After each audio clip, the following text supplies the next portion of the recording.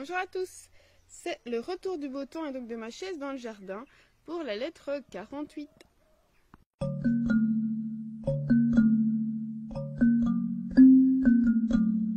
Sénèque a reçu une lettre de Lucilius et il lui dit qu'il doit réfléchir avant de donner sa réponse, car déjà la lettre est très longue, et il lui dit que donner des réponses, ça demande parfois beaucoup plus de temps que de poser les questions. D'autant plus que comme Lucilius est son ami, eh bien, tout ce qui se rapporte à lui, il en fait son affaire. Il dit qu'on doit vivre pour le bien d'autrui et on ne peut vivre heureux dans une vie qui ne concerne que soi. Il faut vivre pour l'autre si tu veux vivre pour toi. Le fait de servir avec dévouement la société, donc la société faite d'hommes, cette société qui donne un droit commun à tous les hommes, elle nous aide à contribuer à une société plus intime qui est l'amitié. Donc en fait, la société à grande échelle serait en miniature au niveau de l'amitié. Donc voilà, c'est le fait de servir avec dévouement la société entière fait qu'on se perfectionne dans le fait d'être amis. Tout sera commun entre amis quand déjà beaucoup de choses le sont avec les hommes. Et il dit ici, moi j'aimerais davantage que les professeurs, les érudits, les philosophes m'expliquent mes devoirs envers un ami, plutôt que d'ergoter, de raconter des inepties sur le sens du mot ami ou même celui du mot homme. Il dit tu joues sur les mots et moi je reste dans l'embarras par rapport à ce que je dois faire. Donc je vais aller poser une question à un philosophe parce que j'ai un souci et ce philosophe va me répondre, va m'embarquer dans toute une discussion sur les mots et pas vraiment sur le fond. Donc ça, Sénèque l'a déjà reproché à Lucilius en lui disant qu'il s'intéressait un peu trop au sophisme, etc. et que c'était une perte de temps. Et il lui dit, moi j'ai honte qu'on s'amuse de choses si sérieuses. Alors ici, il donne justement un sophisme qui était fréquemment utilisé.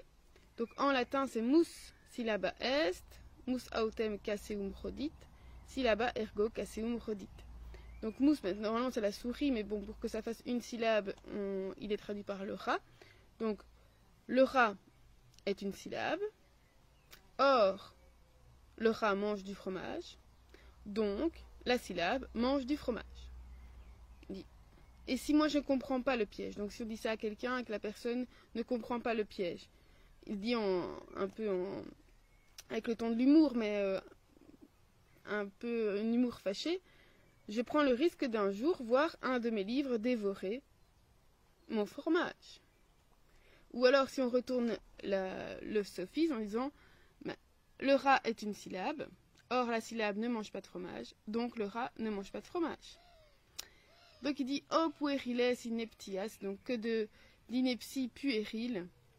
La philosophie, elle nous promet de nous délivrer des peurs, des passions, des souffrances. C'est pas vraiment le lieu de plaisanter. Et aux gens qui viennent te voir justement pour trouver des réponses à leurs soucis, tu leur as promis du secours et toi tu joues avec celui qui a peur, alors que tu es leur espoir, leur ressource. Au lieu de raconter n'importe quoi, montre la lumière aux naufragés, donc lumen veritatis, la lumière de la vérité. Dis-leur ce que la nature a établi comme nécessaire, ce qui est superflu, combien ces lois sont faciles, et comme la vie est charmante pour celui qui les suit. On sait que pour Sénèque, c'est pas compliqué de suivre les lois de la philosophie. Il faut les connaître et puis on les suit. Et comment donc la vie est charmante pour ceux qui suivent les règles de la philosophie, et comment elle est difficile pour ceux qui se fient davantage aux opinions plutôt qu'à la nature. Alors, tu me dis que donc ces plaisanteries peuvent alléger leurs maux. D'accord, mais comment? Dis-moi quel sophisme abolit les passions, quel est celui qui les apaise. Il dit que ces jeux de mots ne sont pas seulement inutiles, ils sont aussi nocifs. Si seulement ils étaient inutiles, voilà, c'est une perte de temps, mais non, ils sont nocifs. Il dit que même un esprit généreux peut peut être gâché, peut être abîmé face à de telles idioties. Il dit, j'ai honte quand je vois ça. Comment on instruit les gens pour affronter la vie? Je tourne ma page. En les baladant avec des si-way, ni-way. Donc c'est vraiment, là, c'est soit que, et donc on balance, et puis finalement on ne donne pas de réponse exacte. Il dit, mais pourquoi est-ce que vous faites ça? Pourquoi est-ce que vous trahissez vos promesses? Et est-ce que c'est comme ça que je rejetterai tout ce que les autres veulent et tout ce dont ils ont peur? Donc ça, c'est la promesse de la philosophie, c'est de que moi je ne désire plus ce que tous les autres désirent et de ne plus avoir peur de ce dont tous les autres ont peur. Et c'est ça donc que la philosophie promet, donc vous devez tenir parole.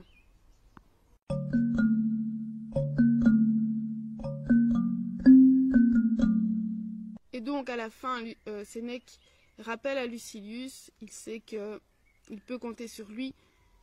Autant que tu peux, éloigne-toi de ces exceptions, de ces prescriptions des philosophes.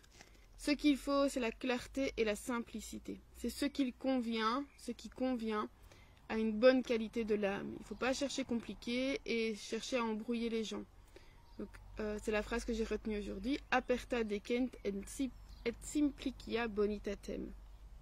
Et il dit que même si nous avions encore beaucoup de temps à vivre, il faudrait le dépenser avec parcimonie pour suffire justement au nécessaire. C'est complètement dément d'apprendre des choses superflues dans une si grande pénurie de temps. Nous n'avons pas beaucoup de temps, il faut l'utiliser à bon escient. Et donc voilà, quand quelqu'un vient demander un remède pour son âme, ben, on ne va pas commencer à jouer avec ses pieds en fait. Donc voilà, on va lui dire, lui exposer les choses. Alors ça peut être fait avec humour, mais exposer les lois de la nature.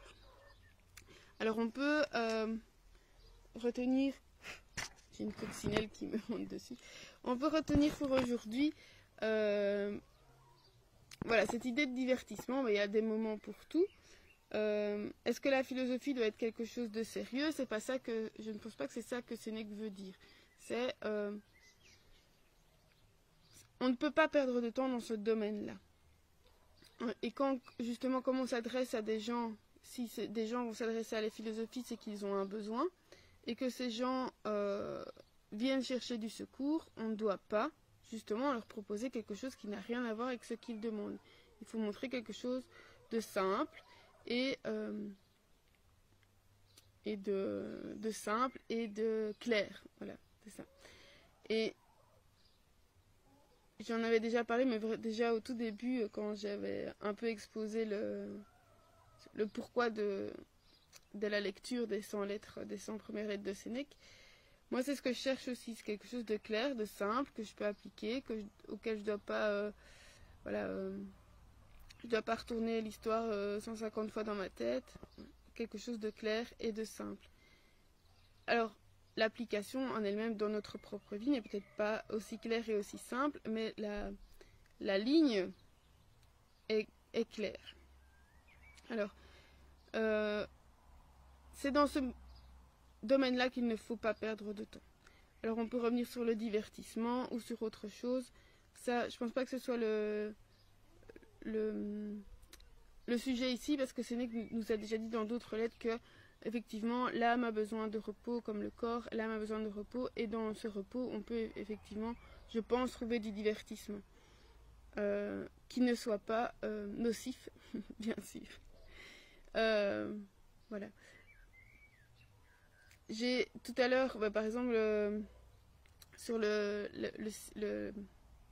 la page Facebook de Stoa Gallica, Maëlle Guarzin avait partagé une émission Arte sur justement la recherche de soi. Et donc j'ai regardé le premier épisode et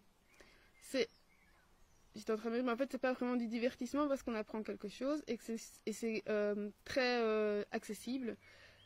Et je disais même que j'étais enthousiaste parce qu'il y avait des choses que j'ai entendues et vues dans le reportage qui me donnaient vraiment envie de m'y mettre.